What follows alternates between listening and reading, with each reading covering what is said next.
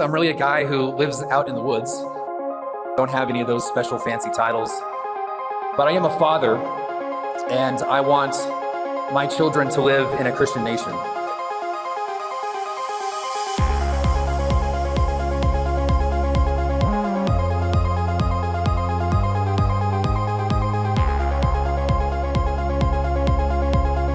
And I want my children to live in a Christian nation.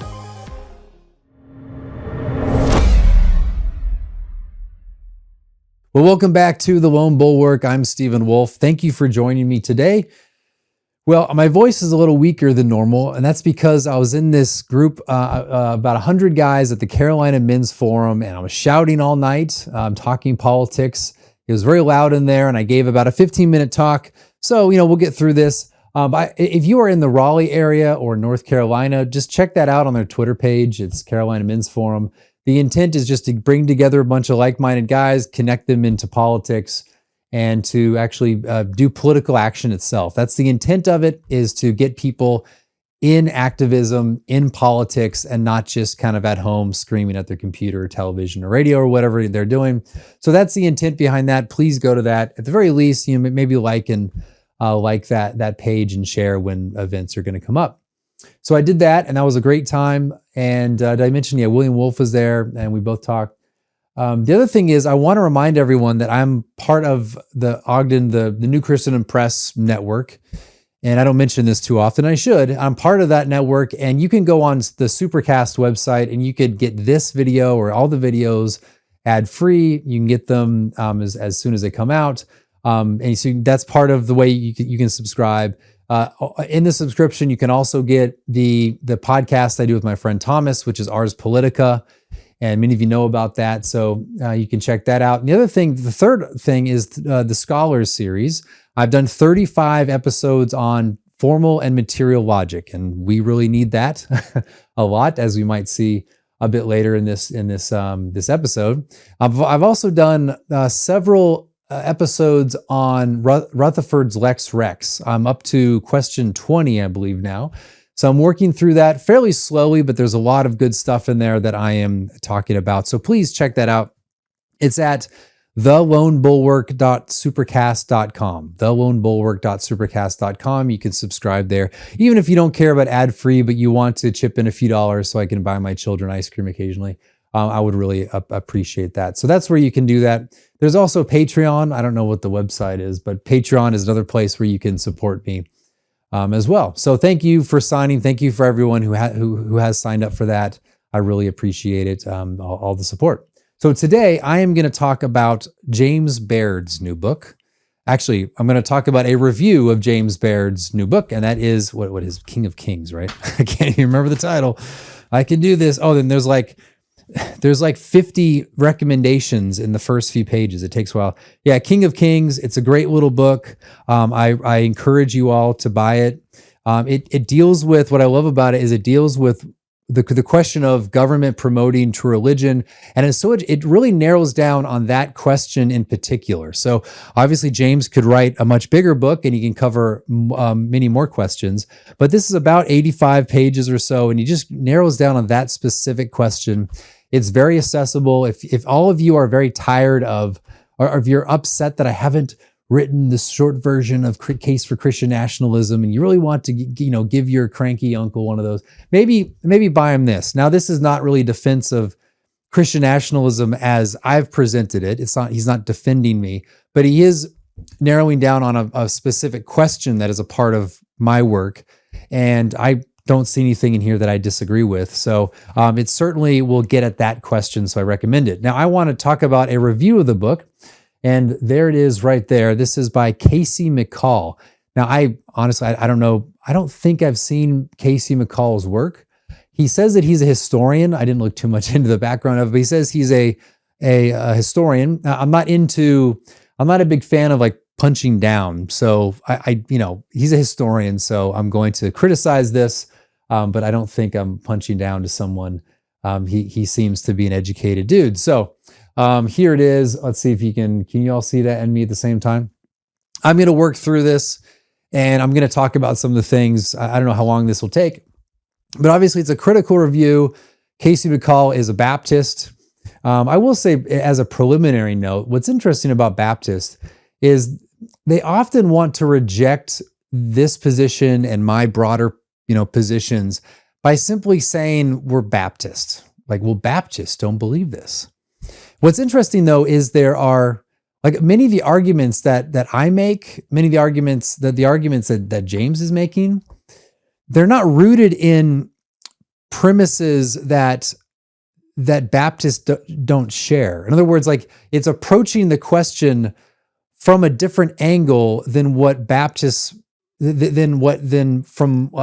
premises that we disagree with. Like that's one of the issues I've had, is that if I make an argument and the premises are not something unique to Presbyterian or Anglican or magisterial Protestantism, then that doesn't actually work as an argument against my argument, right? Like if you disagree with the conclusion because you're Baptist, then you have to go into the premises and find something that's false or invalid or whatever. You'd have to go that route. And if being Baptist contradicts what is a true conclusion, then maybe the Baptist part is the wrong part. Well, whatever it is, I'm just saying that you can't just say, I'm a Baptist and I'm part of the Baptist tradition, and so this conclusion is false. That doesn't work that way, okay? Because if that conclusion is true and it contradicts Baptist theology or something, then the Baptists are wrong, or some point of their theology is wrong. Now, of course, there are plenty of Baptists in the past and present who believe in forms of Christian nations and even government promotion of religion. So, nevertheless, let's get into this. He kind of does the thing up front where he says the strengths of the book and all that. He made a big splash and all that. It'll generate discussion on the topic of Protestants. Clarity and brevity will ensure it doesn't go unnoticed, as well as the tremendous effort of its publisher to get it into the reader's hands. Good job. Good job, publisher, Founders Press or Ministries or something. Good job. You did a very good job marketing, apparently.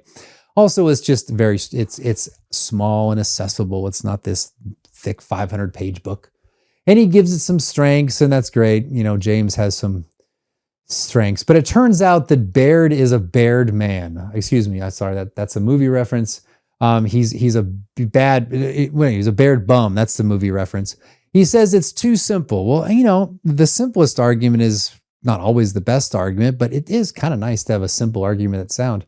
But he says here, first, Baird claims neutrality on the question of how government should promote Christianity, choosing instead to offer guiding principles in the last chapter. They're helpful. Okay, good. They're helpful, whatever that means. But they avoid the implementation of his thesis and raises more questions than it answers. How can the reader rightly assess the argument without clarity on what Baird means by promote? Well, so this is one of the claims that I often, people say against me is, okay, well, what does this actually look like? Do you want a confessional state? Do you want to throw Baptists in the river and stuff? I mean, that's what people did in the past who claim this kind of stuff. I think this is a misunderstanding of what Baird is up to. So he is, I'm going to say Baird. I'm going to say James, excuse me. What James is up to. So he's trying to establish first the principles. Okay, can you promote? Can the government promote true religion? Right? So that's the matter of, can you do it or may you do it? And if that is established, then how you do it has to be worked out in a concrete situation. I think what often what people want is, instead of dealing with the principle, they want to go straight into the prudential side of it. They want to know precisely what your program is. So if they're on board with your overall project, they'll just go straight to your particular program, and then they'll look at the First Amendment and say, well, that doesn't work. And so instead of dealing with the actual fundamental question of, may the civil government promote true religion, they tend to want to jump into the weeds of, well, that's not going to happen. That's impossible. And don't you know that we have a First Amendment and 14th Amendment in the Warren Court? They don't say that. But he's saying, McCall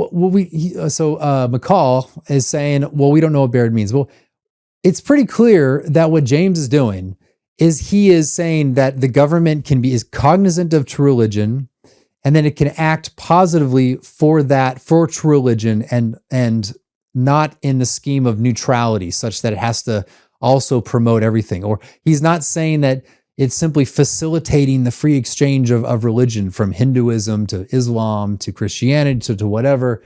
That's obviously not what James is doing. He's saying that the civil government may promote with cognizance of true religion for the good of that true religion, not necessarily to the detriment of the others. That's, again, this is part of why promotion is different in different contexts. I mean, you can have a situation in which the vast majority, say, are Presbyterian, and or take congregational, like Congregational New England, and they're like, well, we don't really want non-congregationalists here because we came here to do this. And so that's a particular situation where through policy, they can begin to exclude people because they came to New England to establish their towns and cities in the congregational way. So that would be their promotion. But then if you're in a situation where there's religious diversity, things would be a bit different. Or if there's Protestant diversity, and you might prefer a confessional state, but then there's a lot of Baptists around, so you have to extend toleration for the good of the people around. Also, subversion, all sorts of issues of, if you start, suppressing Baptist churches, and they'll freak out and actually overthrow the state, or they won't be good. So there's different circumstances, and so your promotion is going to look different in different places. You might also have like a pan-Protestantism where, by good principle, you say, look, we are brothers in Christ as fellow Protestants, and we can recognize each other's mutual Christianity, that your churches are true churches, and we can exist harmoniously in a pan-Protestant situation. Now, that may not be true in all situations. In our situation now, you can't really have pan-Protestantism as we might like. So, yeah, so there's ambiguity when it comes to the action or the particular concrete actions for promotion. But you first have to establish, well, may you promote? That is, cognizance of true religion for the good of that religion. And that's, yeah. So that's the first question. So I don't think this is actually a very good starting question. He's abstaining from the question not to like punt from it. He's trying to just establish a fundamental principle. So I don't think that's a very good argument. There is a place for that discussion, but you have, in order to get into the promotion in the concrete sense, you have to first establish the principle. Okay. Second, he says, Baird's definition of government poses significant problems. In the instruction, he defines government as leaders who are called to hold offices of authority over civil matters. However, throughout the book, he speaks of government more generally as an institution. Well, yeah, the government is, you install individuals who act, and the government acts. So you have leaders. I mean, you can think of, even in like a democracy, you can think of the government as unitary in the sense that the government acts. So like the federal system, you have the body that acts in making law is diverse in terms of number. You got the Senate, you have the House. But when they pass a law, they're acting as one, and the government is acting. And then the executive, of course, is unitary. So the executive acts as one and all that. So you can speak of in both ways. Like political scientists talk about the state actor, or the state as a unitary thing, as an entity itself that acts. So I don't think this is a very good objection. I don't think this is imprecision of language at all. That's just, government is composed of individuals elected or however they get into a legitimate office. And then those people are the sort of mechanisms by which the government acts. So I don't think there's any issue here at all. It's standard the way people talk. It's just the difference is what thing specifically you're speaking of, the entity as government or the people who are making the decisions, and then subsequent to that, the state acts. So I don't think that's actually, I think that recognizes, or that is not very good.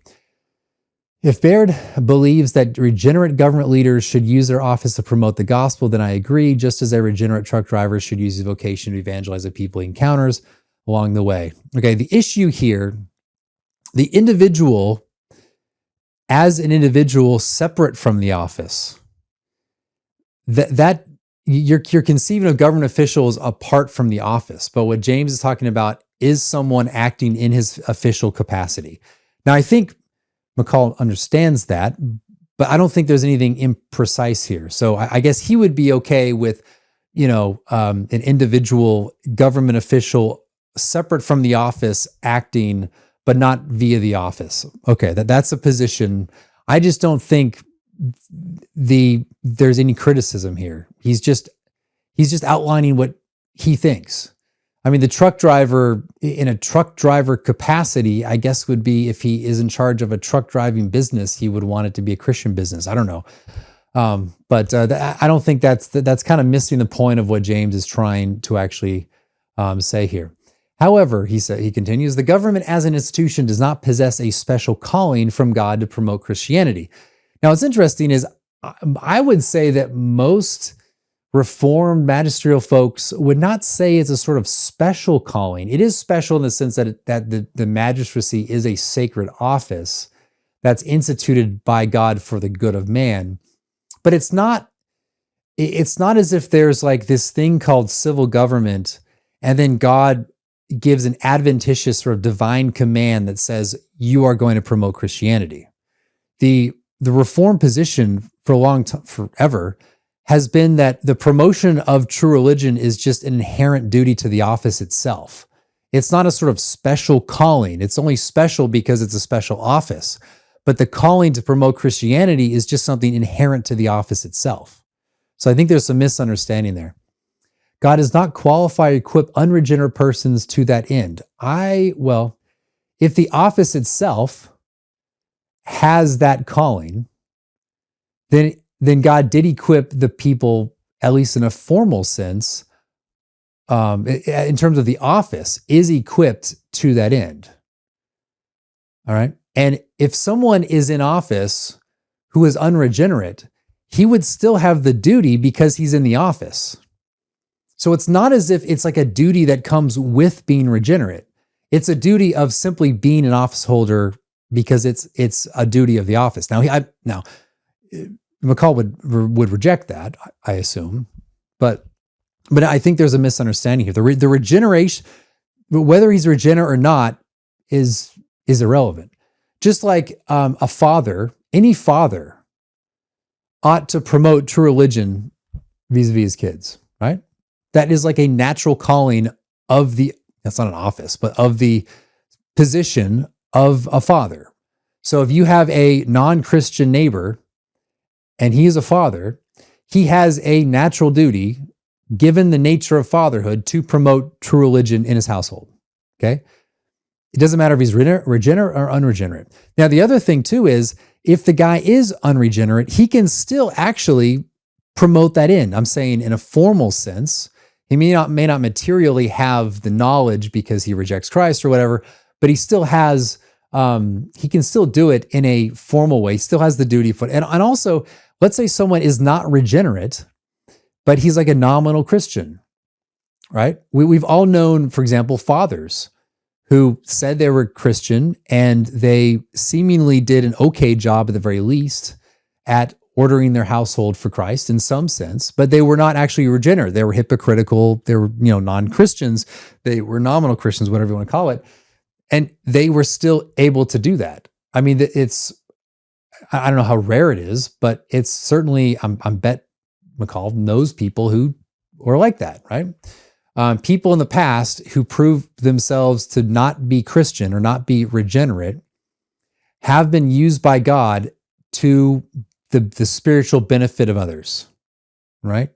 That's something that is actually a component of orthodoxy, that you can have a non-Christian minister even. You can have proven later that minister actually is not a Christian, and yet he can preach up there and preach a gospel.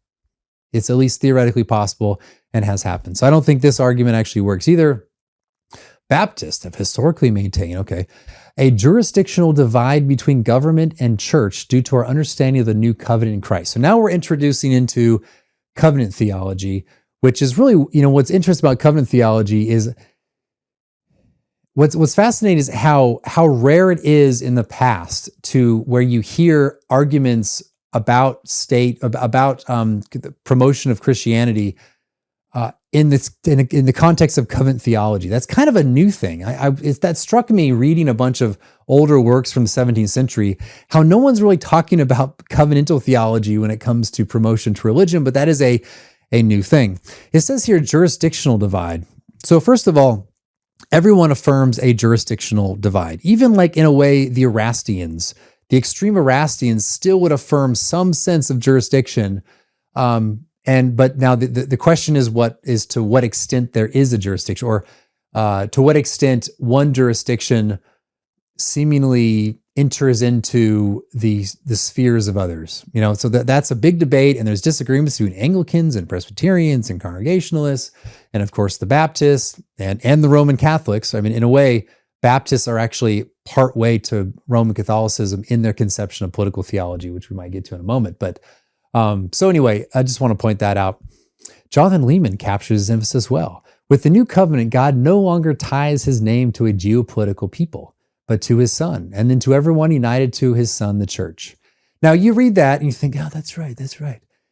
Who is Leeman arguing against? This is one of the craziest things when you read a lot of, like, not even Baptists. You read just like anyone talking about this nowadays, and they have stuff like that.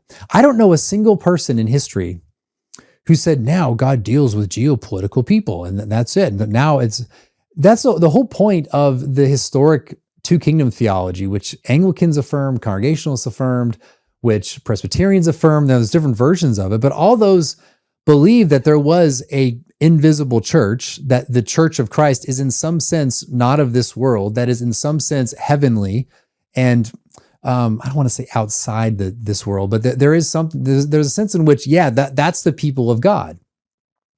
But you can affirm that and still say that civil government through the office of magistrate or whatever can still promote true religion in the nation. And that's, in part, that's what a Christian nation is. So when someone's talking about a Christian nation, or even, Christian nationalism, they are not saying that now the people of God is now a geopolitical entity. That's not what we're saying. I don't know anyone who did say that. Now, maybe some like Anglicans might say, I don't know. But again, Leeman is just not even going after the issue here. And I've seen that so repeatedly with people like him. What's his name? Andrew Walker wrote an entire book on religious liberty. And this was my first wake-up call, actually, to realizing how bad we are when it comes to political theology, or I should say in a historic understanding of political theology. He writes a nearly 300-page book. I believe it's called Liberty for All. Not once did he identify or describe the historic position on religious liberty or on liberty of conscience. Not once. And not only did he not do that, but he, in that book, quotes a lot of people. It's a lot of quotes all over the place. Everyone he quotes got it wrong. There's something about like Russell Moore talking about driving tanks through the conscience, or something really bizarre stuff. No one believed that. In fact, like back in the mid 17th century, when Rutherford was writing his books, at one point, and I think it's on the Pretended Liberty of Conscience, he says the ignorant Anabaptists believe this, that you could actually enter into conscience and enforce belief in conscience. And he calls them ignorant for that. Well, nothing has really changed. Like, that has literally been the position for a long time, which is you cannot invade the conscience. You cannot dictate belief via civil law. Anyway, let's keep proceeding. So I just think there's so much misunderstanding going on that we have to clear all this stuff up.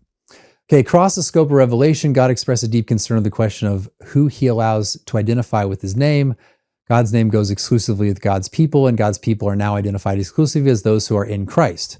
Christian citizens, even elected ones, must enter the public square unapologetically as Christian citizens, advocating for laws and policies that uphold justice and protect life. However, in the new covenant, God has explicitly given the commission to promote the gospel to his regenerate people, namely the church. Okay, so only the church can promote the gospel. I guess then you have to throw out Christian schools? You can't have Christian schools? Is a Christian school then have to be, in a way, a part of the church, an extension of the church's ministry? Does it have to then be administered and taught by teachers? Can you have an independent Christian school that is not linked in some sort of hierarchy with another church that promotes the gospel? I guess that throws out Christian schools. What about seminaries? Oh, wait a second. Seminaries. Now some seminaries are in denominations. Southern Baptist Theological Seminary. Yeah, that's Southern Baptist, but is that under a church somewhere? The SBC is not a church, it's an association. Can that promote the gospel? Only the church can promote the gospel. The seminaries are seminary. Where are seminaries then? Are they part of the instituted church, or are seminaries independent institutions that promote the gospel? And yeah, but it's not the church. So again, there's all sorts of problems here. Or what about families? Is a father not supposed to promote the gospel? Is in his sphere? Because in a sense, that you have the church and then you have families. Those are distinguished entities.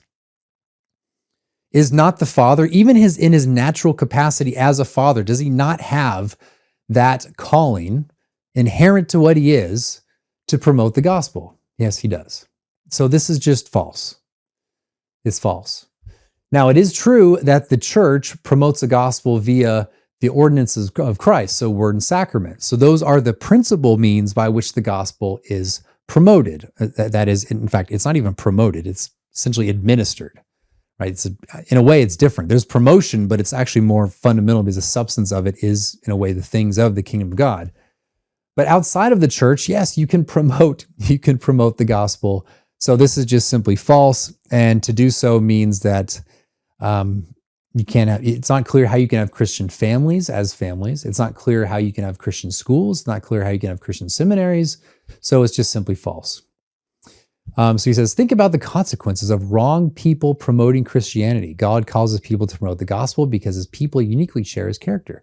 When you make blanket statements like government must promote religion, you inevitably task people who don't share God's character with spreading the message about God's righteousness and mercy. Government can only promote Christianity to the degree that it knows the Lord of Christianity. Okay, some governments' attempts to promote Christianity would in practice only obscure the, okay, now he's getting the practical side. So again, a lot of times they blur it between principle and prudence, that those are related, but they have to be distinguished. When you make blanket statements like families must promote Christianity, you inevitably task people who don't share God's character with spreading the message of God's righteousness. All right, so that means that we can't make statements about families promoting Christianity, because inevitably you're going to get people who don't have God's character.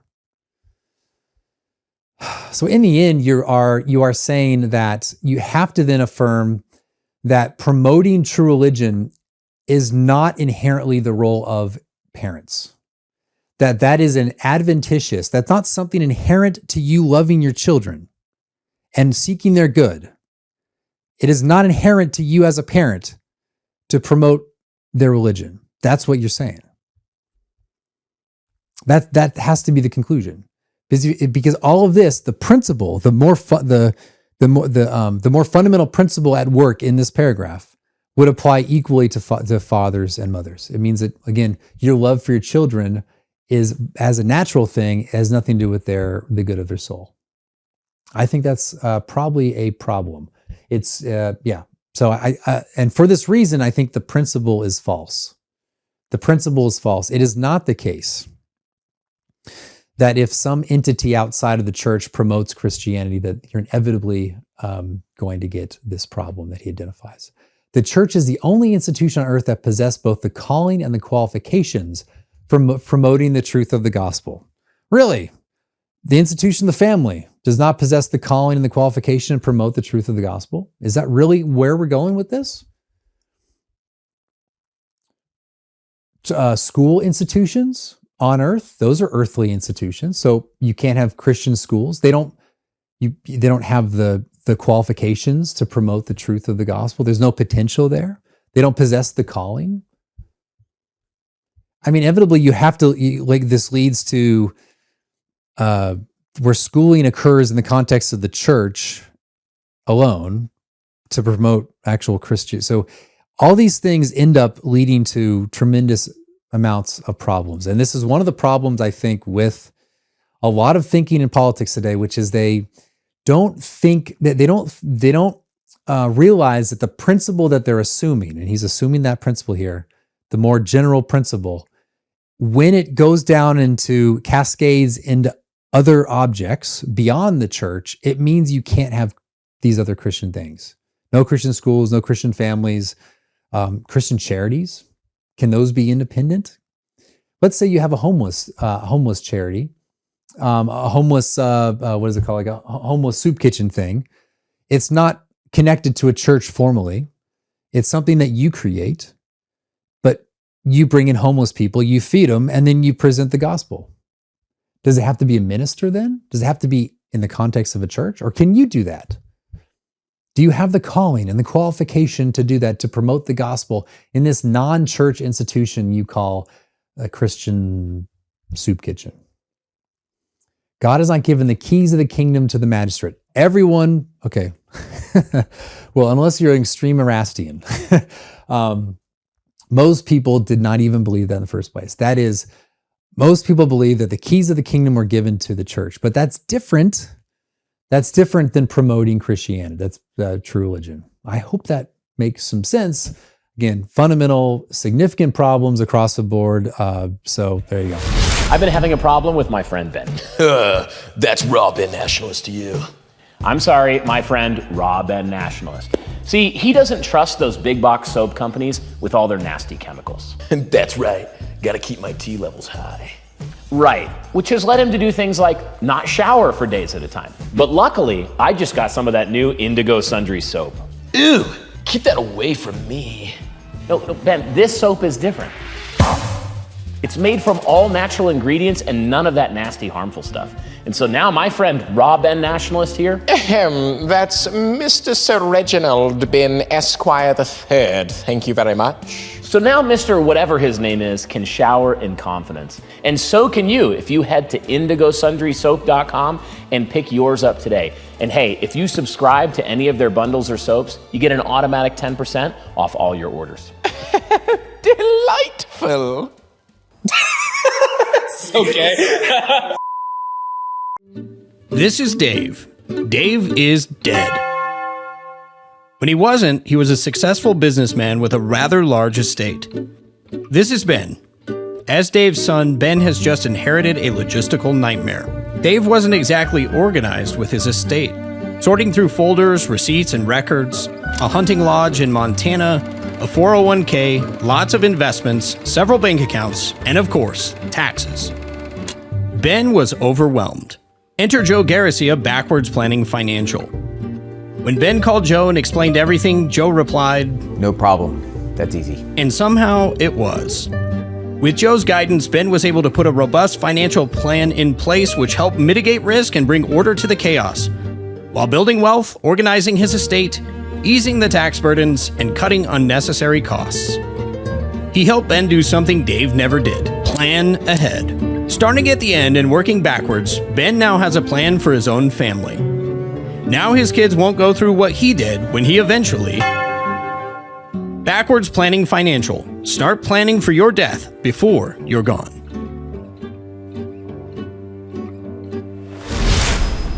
Now we get into the logic. This is fun. Yeah, logic's about premises. Okay. If the premises are true and logically valid, then the conclusion must follow. That, in other words, the conclusion's true. Not follow, but anyway, in a proper syllogism, there's only one way to disprove the conclusion: disprove one of the premises. No, that's not the case. Yes, you show that one's false. You could also show it's invalid, which I would do in this next with his own syllogism. Baird wants readers to understand how syllogisms work because he makes the entire argument of his book depend on one. Well, that's a pretty good place to start. Let me just say, like, if you can present an argument and you have two lines and it's valid and they're true, that's great. I mean, that's amazing. And there are some things like that. So that's actually the best argument. I mean, yeah, of course he wants people to know how syllogisms work. I'm not entirely sure that McCall knows how syllogisms work. Maybe he just goofed up on this one. It happens to the best of us. So maybe he's actually a logician. But so first premise, government must promote. So what McCall's trying to present here. Oh, this is actually so this is James's argument. Government must promote the public good. As the only true religion, Christianity is part of the public good. Therefore, government must promote Christianity as the only true religion. Now, first of all, I think that in order to understand James' argument here, you have to understand what the first premise is saying. This is where you could read this and actually technically would be invalid. That is James' argument. There is a way to read this where it would actually be invalid, but it would be valid if the first premise is restated as all of the public good government is something government must promote. So in other words, you have to make sure that the public good part is distributed. But anyway, we won't get into the technical logic of that, but that's how it would work.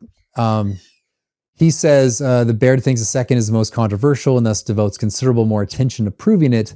However, his second premise is unobjectionable.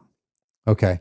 I actually think that's a fair critique of James. I actually think that the first premise is actually the more difficult premise to prove. I've actually told him that. Anyway, I think he actually still does prove it. And he actually does work through that. But anyway, that's just my little, it's not so much a critique of the argument, but I would say, again, I think the first premise is actually more difficult to prove than he lets on. But anyway, so he offers a counter syllogism that this is a fair move in itself. That is, you take someone's, I just did this above with above. It's exactly what I did. You take someone's fundamental principle, which in this case is the first premise, and then you apply it to something else, and then you show how the conclusion is something you don't really want to affirm. Like before, I led his thinking into saying you can't have Christian families, can't have Christian homeless shelters, you can't have Christian schools. I did the same thing. He's trying to do that with James. So, that's good. That is something I do all the time. And frankly, it's because people don't think through their principles. But in this one, his counter syllogism is the first premise is government must promote the public good. Second premise is disciplining children in the home contributes to the public good. Therefore, government must discipline children in the home. Now this is very interesting because the first two premises, if you read them right, those are fine. Like those could be valid together. All of the public good is something government must promote. Disciplining your children in the home is something that contributes or is part of the public good or is to the public good, whatever. But this problem here is the conclusion. The problem here is that his conclusion doesn't include a particular word that would actually be pretty important. And that word is promote. Right? The first, it is promote. So again, the first premise is the public good is something that government must promote. Government must promote is actually the major term. Major terms end up in the conclusion. Part of the major term is promote. It's not in the conclusion. Now, why would that be important? Because the conclusion should be government should promote the disciplining of children in the home. Instead, what McCall has done is he said, well, now the government's going to enter into your home and spank your children. But that's actually not what it is. And I would say, actually, government should promote the discipline of children in the home, which means that they're promoting, in some sense, that children would be well disciplined in the home. Now, again, how they do that could be very different. I've seen some people talk about, Keckerman in the old days, 400 years ago, would actually kind of give more instruction on this area than we would be comfortable with. You could promote in all sorts of ways. You can promote discipline in the home by making sure they have good jobs, making sure there's certain laws where parents are actually at home. That is, you don't have people working 12, 15, 16 hours a day. You could do all sorts of things that promote this. Or you could observe that it's actually going pretty well and it's better if government just kind of steps out of that. So there's just ways in which promotion can occur indirectly given the way that the government acts upon society, but it doesn't have to mean that they are now giving you technical rules on how you're going to discipline your children, right? So I don't find anything objectionable with what he's intending to say by it, but his conclusion, again, makes it sound as if your mayor is going to walk up into your house and correct your child, which is actually not what the syllogism should show. So I don't find anything objectionable about that. I think the government should have an interest in that our children are, that our parents are that parents are seeking the welfare of their children in discipline. How they do that, that's a question of policy, but nevertheless, that's it. My syllogism begs us to place limits on the first premise. Well, no, it doesn't. It begs you to then go into the prudence and see what sort of what sort of policies promote healthy families, right? We're interested in healthy families. There are economic policies, there are labor policies, there are, I don't know, perhaps even getting tax breaks for mortgages so you can own a home or something. Well, whatever it is, there are all sorts of ways around the family by which the government can promote healthy parental child laws. They can also punish if it goes too far. That is, if a guy is beating his children. He's disciplined. He's not actually disciplined. He's harming them. So there are ways. That's not the government's proper role, he says. No sane father would allow a police officer to administer discipline to his disobedient son. Again, complete misunderstanding of what the syllogism says because he didn't put the major term in his conclusion, the fullness of the major term, which includes promote. Okay. That domain, the domain of the house, is ruled by the institution of the family and reaches the purview of government only when laws are broken or the family fails to fulfill its God-given commission. Okay. That's actually okay. There are ways in which, again, the government around the institution of the family can promote healthy families and parental-child relationships. As a standalone statement, the first premise holds. Government absolutely must promote the public good. However, in the context of Baird's argument, the premise becomes problematic because it lacks a limiting factor.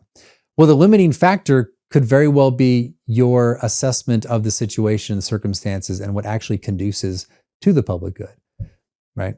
So the same thing of promoting religion in some contexts, it would look different than other contexts. And that would be a matter of politics and policy and the political art. That's what it is. Okay, Baird concedes this point. Baird's failure to dive deeply into the vexed question of governmental's proper role and limitations oversimplifies the debate and creates a logical fallacy of dichotomy. Okay. Baird writes as if readers have only two choices before them, follow one and the Greeks and Romans and early Americans in concluding the public good includes religion, or conclude that religion has nothing to do with public good. Okay, I don't know if that's a dichotomy. I get what he's saying there. Yeah. Well, I mean, Baird's argument is that you may promote or you may not promote. So there is a question there that is kind of the statement of the question that he's presenting. He's saying, may the government promote, and he's saying, I affirm. So I guess that seems to me to be perfectly fine.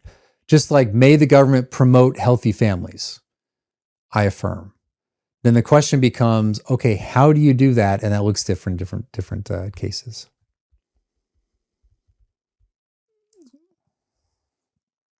But that God has authorized and equipped church and family, not government, with promoting the gospel of Jesus Christ. So now families included, which is weird because it seems to contradict what he said earlier. And that government's proper function is to ensure that the church and family can pursue that mission unhindered. Yeah, the funny thing is, like, that's actually the historic position among magisterial Protestants, is the whole role of government is not to enter into the church or even in the family, but not enter into the church and tell how you administer the sacraments or what you're going to preach on this Sunday or how you're going to install ministers and this and that. Even discipline, other things. Now there are the Erastians, I know. But in general, like, that would be people's business. Yeah, you shouldn't do that. But there are all sorts of things around the church by which you can ensure that they're unhindered. Their mission is hindered when there are people who are agitators. Their mission is hindered when there are basically false ministers in the church. They're hindered when when church discipline can be undermined in various ways. This was one of the arguments against the Baptist in Congregationalist New England, is they would excommunicate a guy and then the Baptists would take him in their churches. And they'd be like, wait a second. So you're undermining the church's mission. Like, you're hindering the church's mission by doing this. And so the government would step in for this and that reason. But anyway, that's the whole argument in the past is that, yeah, the whole point of civil action is that the church can do their mission unhindered. So it's kind of funny, actually. Biblical. Baird claims that the biblical case for his thesis is absolutely overwhelming. Well, that's good. However, his chapter represents the weakest argument of the book. Here's a summary of his scriptural arguments. Okay, so he talks about pagan kings and Israelite kings, and then that there's no explicit New Testament passage that denies these things. But he says that McCall says this view ignores any discontinuity between old and new covenants, once again raising questions about the theological partnership between Baird, a Presbyterian founders ministry, a confessionally Baptist institution. Now, I, for one, do not think covenantal theology in terms of the administrations. How to put this? I think there are relevant covenantal questions when it comes to the covenant of works versus the covenant of grace. So I do think there are questions, but those are not the sort of things he's bringing up here. I believe, and I think that most reformers believed, and most of the magisterial Protestants believed, that the magistrate ought to promote true religion by the nature of his office, by the very nature of what he is as civil ruler. It has nothing to do with the salvific covenantal arrangements in principle. In other words, the calling or the duty to promote is not rooted in the covenantal theology. And so when you look at then the Old Testament and the Mosaic Law, where there are laws such that blasphemy and other things are suppressed, that is simply a positive law that reflects a more fundamental duty of civil government to promote true religion, right? So what we're not doing is we're not carrying over these laws into the new covenant and say, now you magistrate as Christian now must act according to those same laws of the old covenant. That's not the position. Now, I know there are some theonomists who believe that, but I don't think that is the historic magisterial view, and I'd love to hear anyone make the case otherwise. The reason why you appeal to the Israelite kings and to the pagan king, well, for the Israelite kings, is they were kings. They were political rulers. And so they ought to do that in service of the people of God. The same thing would be true of all pagan kings as well. Just like a pagan father still has the duty to promote true religion, no matter what covenant he's in, or whatever covenantal status he's in, he still has that duty. The same thing would be true of the civil magistrate, the civil ruler. Okay? So I think this is all just besides the point. And I think the Baptists constantly going back to this, they have a fundamental misunderstanding of what the argument is historically. Like they want to introduce this stuff because and this is actually, this is not only a Baptist problem, this is a Presbyterian problem. If you read someone like Horton and Van Drunen and Hart, they were combating the neo-Calvinists and the quasi-Kuyperians, and they were combating like the theonomists. There's a lot of overlap between those groups, but they were combating those guys because they often had kind of goofy covenantal theology, and they rooted these duties in covenantal theology themselves. But I think that is not consistent with the Reformed tradition when it comes to the magistrate. The magistracy, whether you think it is a pre-fall or a post-fall institution, is not an institution that arises fundamentally from old or new covenant. It arises from the institution of God for the good of humankind, right? So that is their duty. So I think there's just a fundamental misunderstanding of what the actual position is. And of course, I myself, as a political theorist doing philosophy, I would argue that it actually is a duty of civil rulers, given the nature of their office, given the law of nature, given the law of nations, secondary law of nature, all these things. I would argue that actually religion is a fundamental duty of magistrates, because religion is a fundamental part of political life, of civil social life. It's a part of it.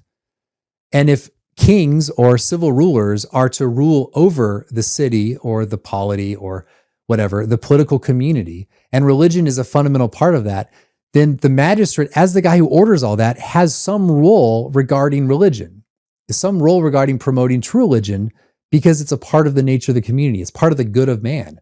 To have a well-functioning political society, you need a religious society. And so they have an interest by nature in promoting it. Now, it doesn't mean they can administer sacraments and all that, so don't hear me wrong there.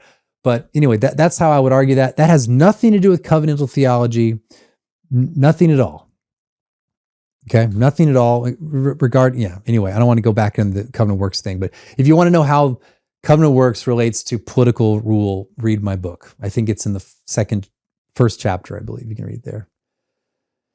He mentions Klein, rejecting Klein. I don't think Klein's arguments are very good. I don't think, I think Klein was smart, but I don't think the Kleinians are that, well, some of them are, but many of them are not. like many, the Strauss was smarter than the Straussians and all that sort of thing. So, all right. So on the pagan king thing, however, the pagan king is not settled by appealing to the example of pagan kings who are repented, but by examining the nature of the new covenant in Christ. God no longer deals with his people as a geopolitical unit. Okay, that is true. God as mediator, God as redeemer, created a nation which is the church, which is an indivisible and also a visible body. He no longer has this ethnic, distinguished people. Okay, does that mean geopolitical units cannot promote true religion? His conclusion doesn't follow. Okay, so the people in your nation are Christians. The nation itself is not the kingdom of God. It is not the church. However, they are Christians. And you're saying for that reason, the civil magistrate cannot promote true religion? It just doesn't follow. Again, this is like the Lehman confusion that is spreading, that has spread. And it's like this constant battle of being no, that doesn't work. Sorry, Jonathan, that's not how this works. That's not, who are you arguing against? The old theonomists? Is that what we're doing? We're still battling the theonomists from the 70s and 80s? Yeah, we still are. but argue against someone else, because James is not making that case. James doesn't bring up covenantal theology because it's not relevant. God's covenant people are no longer gathered within the borders of a physical nation under a human king. Okay, but they exist as scattered exiles among all the nations of the earth. Okay, what if that nation is majority Christian? Now, to promote true religion, you say that, in other words, it just doesn't follow that because there's no nation of Israel, that the church is not this, ethnic geopolitical entity, that therefore you can't promote true religion. Doesn't follow. The kings of modern nations possess no claim to a special covenant relation with God. Now, please name someone. Okay, I got covenanters, but even then, that was a political, theological covenant, which they were very precise on. There is no, it doesn't follow. In other words, the argument here is that in order for a civil magistrate to promote true religion, they have to be in a special covenant relationship with God. That is never affirmed, and I would deny that is the case, because it is by the very nature of the office, apart from covenant relationship, or special covenant. Let's put it like that: a special covenant relationship.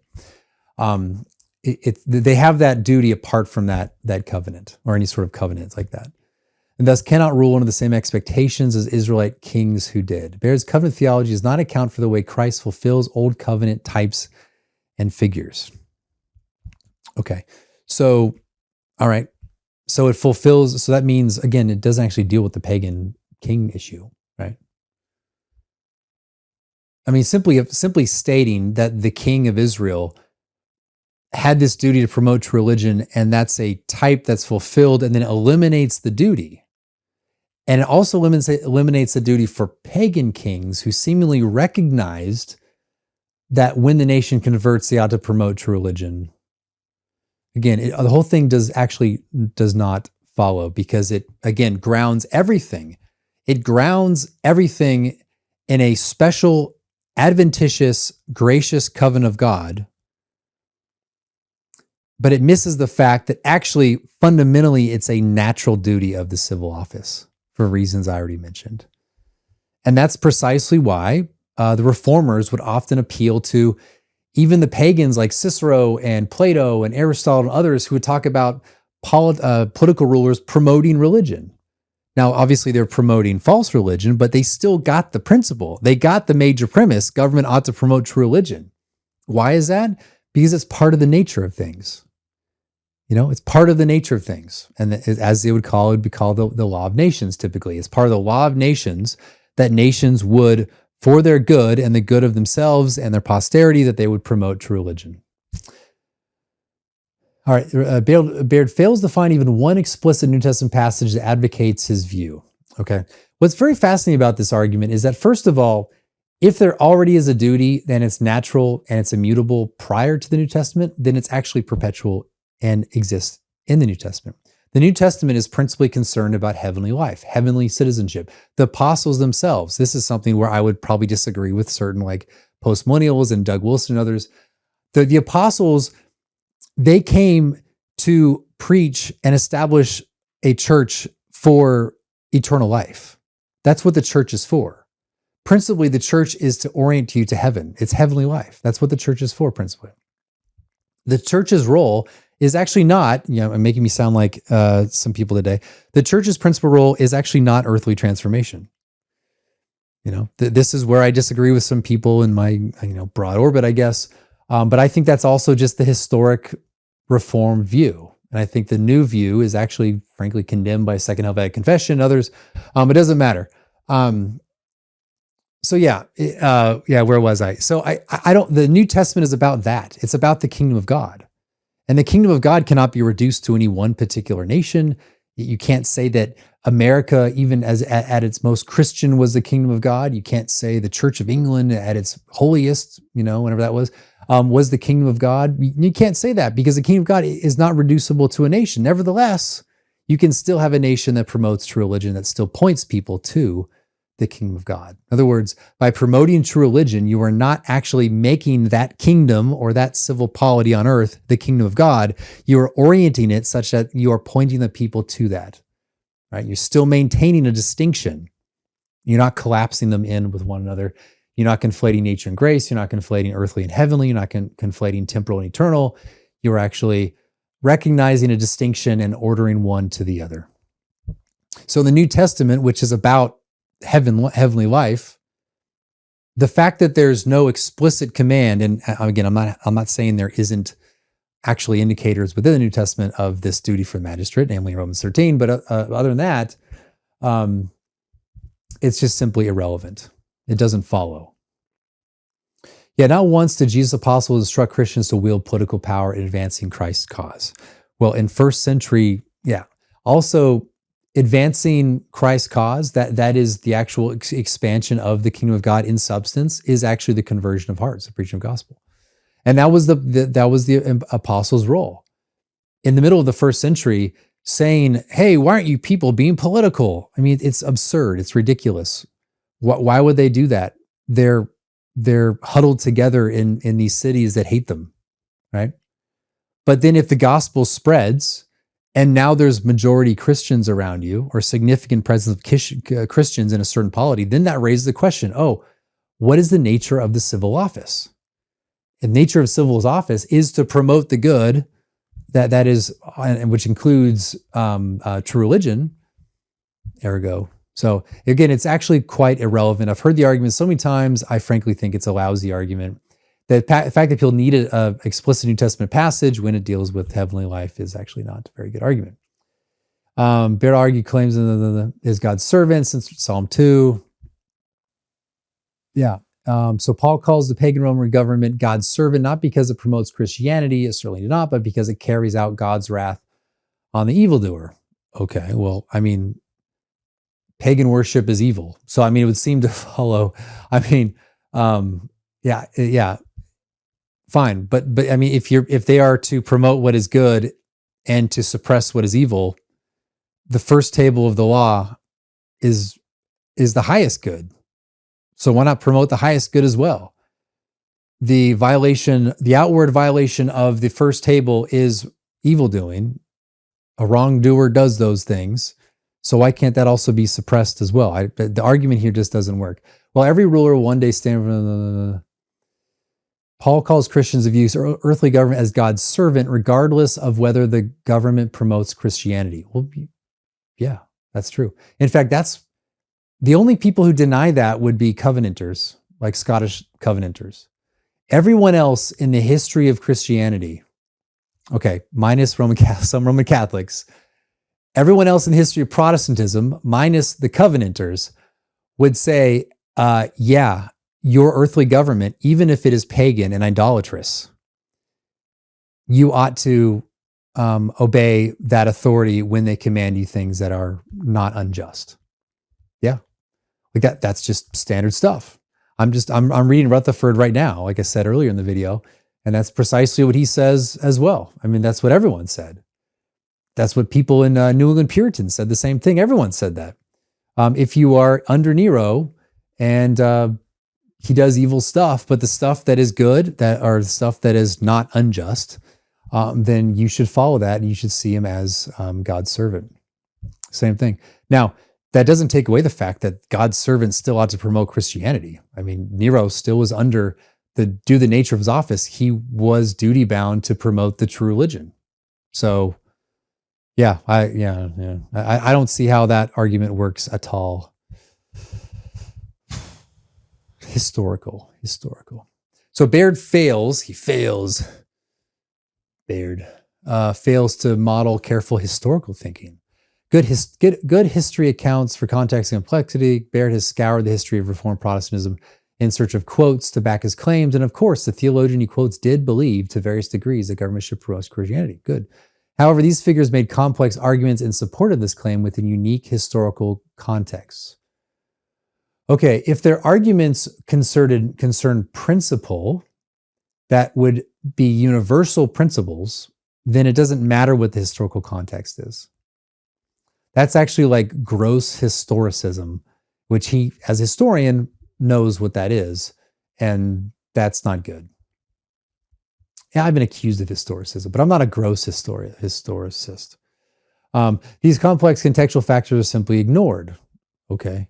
The reader walks away from his book believing that Reformed Protestants until very recently all spoke with one unified voice on the relationship of church and state. Well, given what James is trying to argue for, he's right.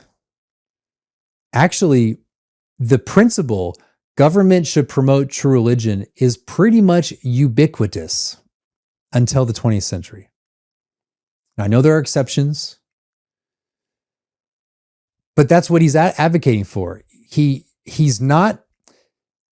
advocating for that principle. He's not dealing with complex issues of ecclesiology and the extent to which the church can arrange the church internally. He's not dealing with issues of prudence. That is, should we suppress the heretics or should we suppress the blasphemers or whatever it is?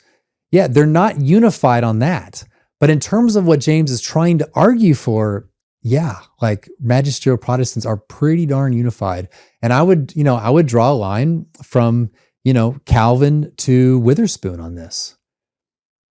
Now, I understand there are differences in the particulars, but in the fundamental principle of government promoting religion, James is 100% right. There is a connection between all those people. As a Baptist historian, I especially note the mention of Baptists in the book. First, readers are treated with a quote from Spurgeon. Second, John Gill features in a footnote as representing the magisterial Baptists.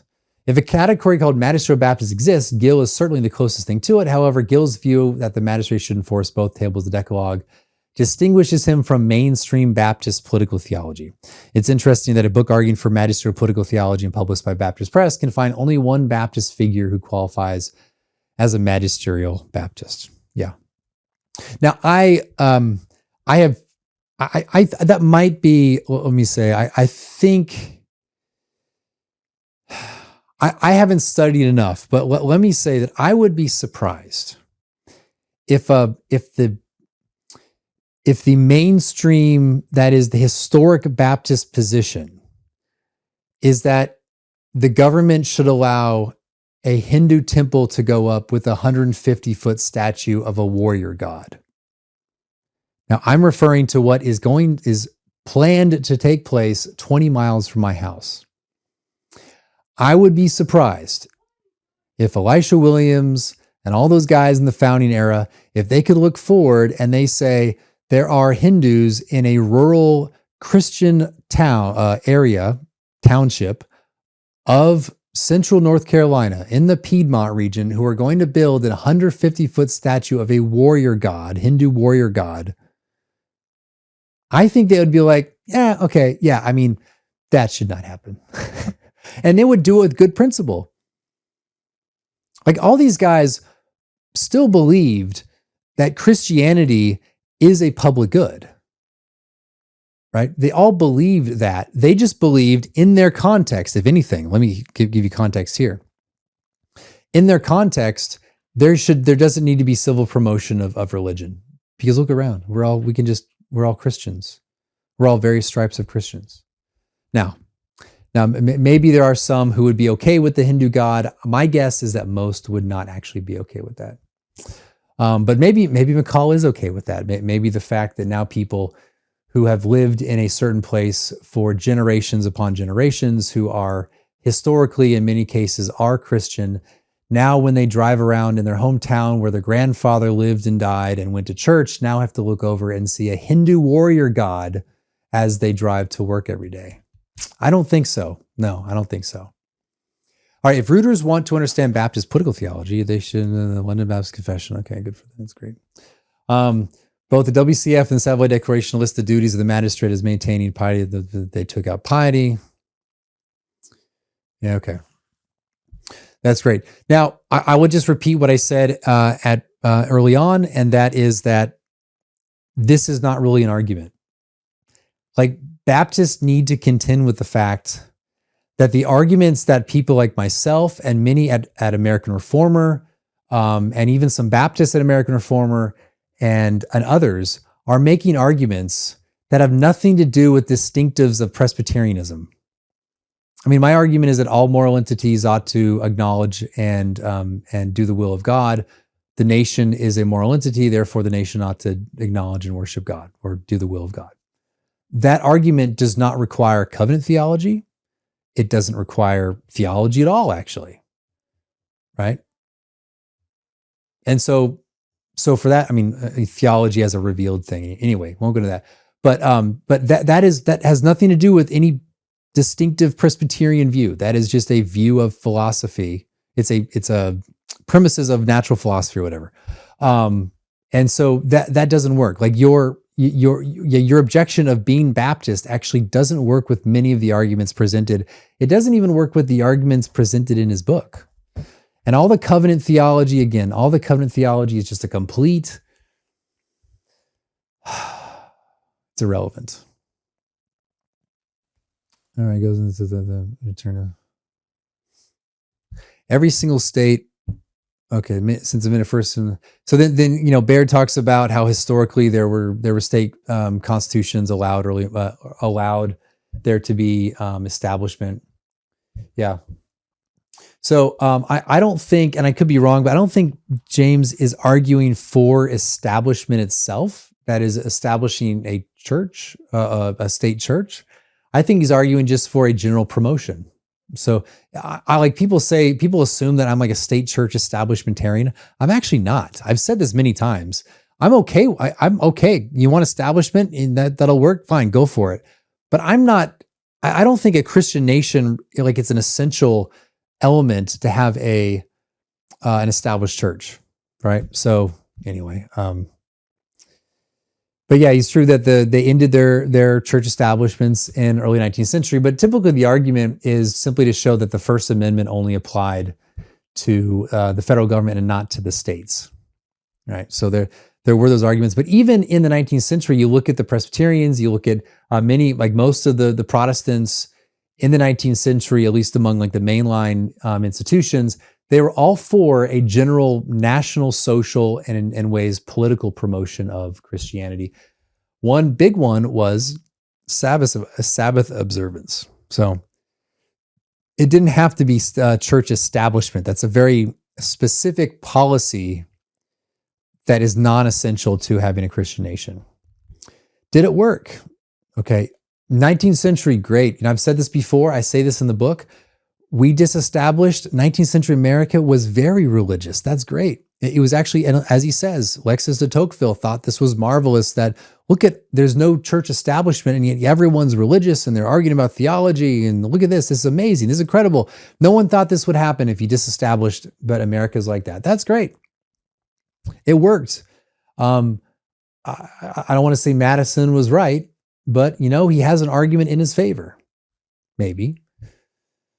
But now we have a 150-foot Hindu warrior god statue going up 20 miles from my house in a rural area full of people whose generations and generations back were Christian, surrounded by beautiful countryside where there are woods dotted with various beautiful small country churches.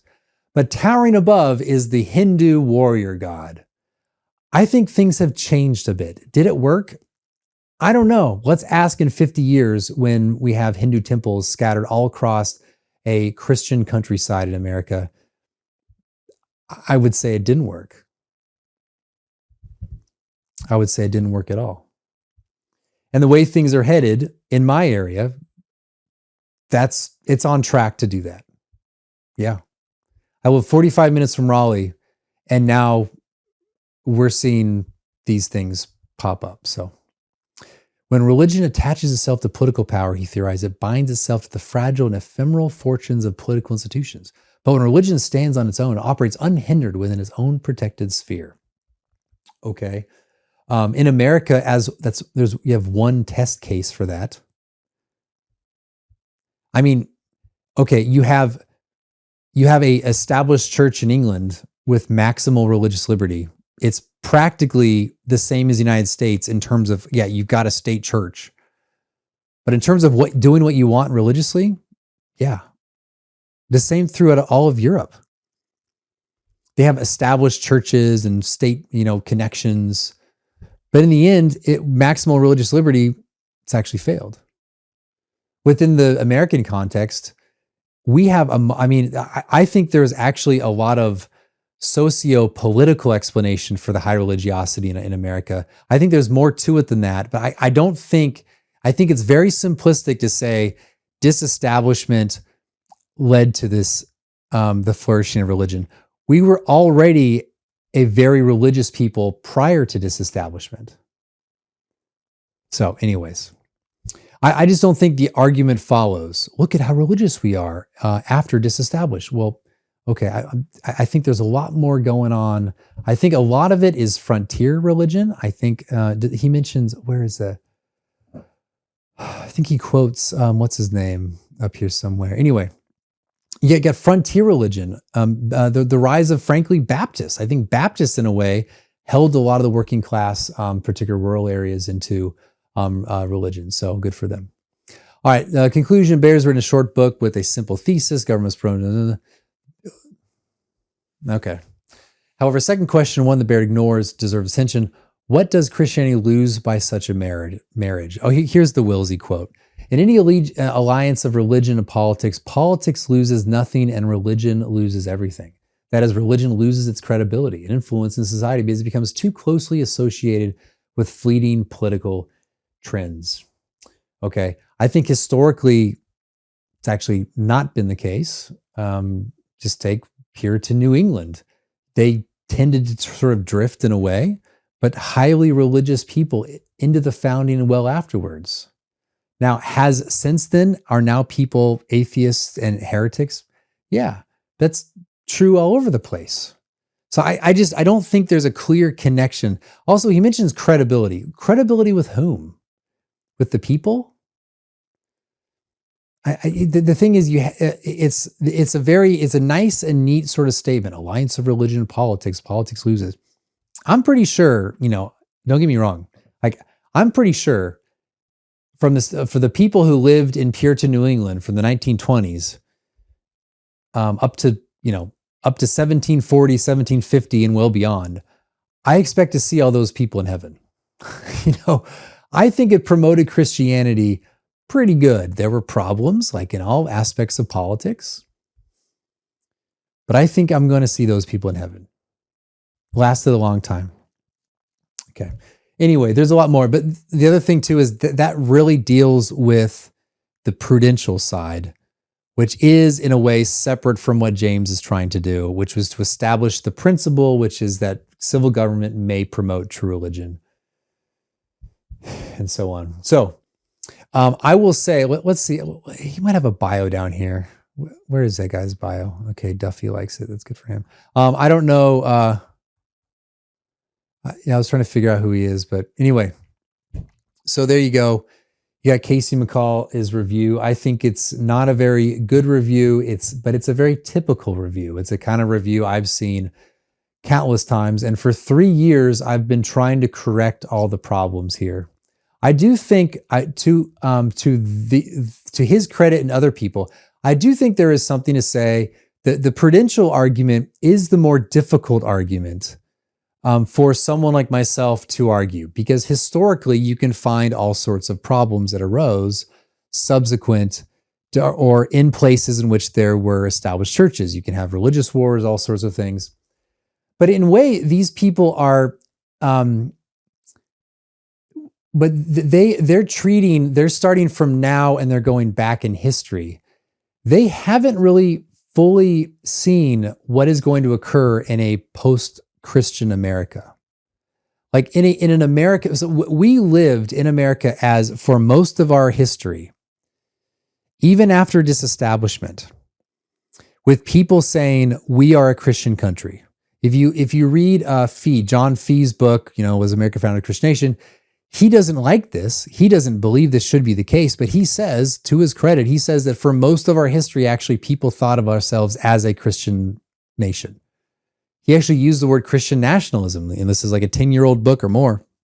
He said, yeah, Christian nationalists have a lot on their, a lot of facts on their side. They're actually doing really well when it comes to the facts.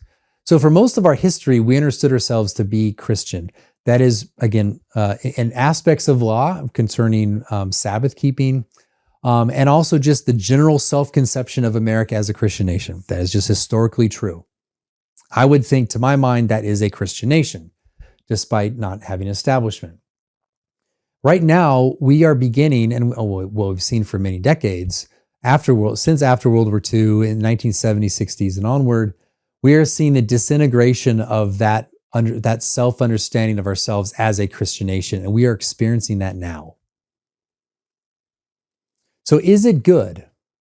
Is it good that our social institutions, our political institutions, our general self-conception, is it good that that's no longer Christian, or that we're losing that? In 100 years, if we don't change something, I suspect Casey McCall's argument to be proven. Whoever is still around will see that as a terribly imprudent view.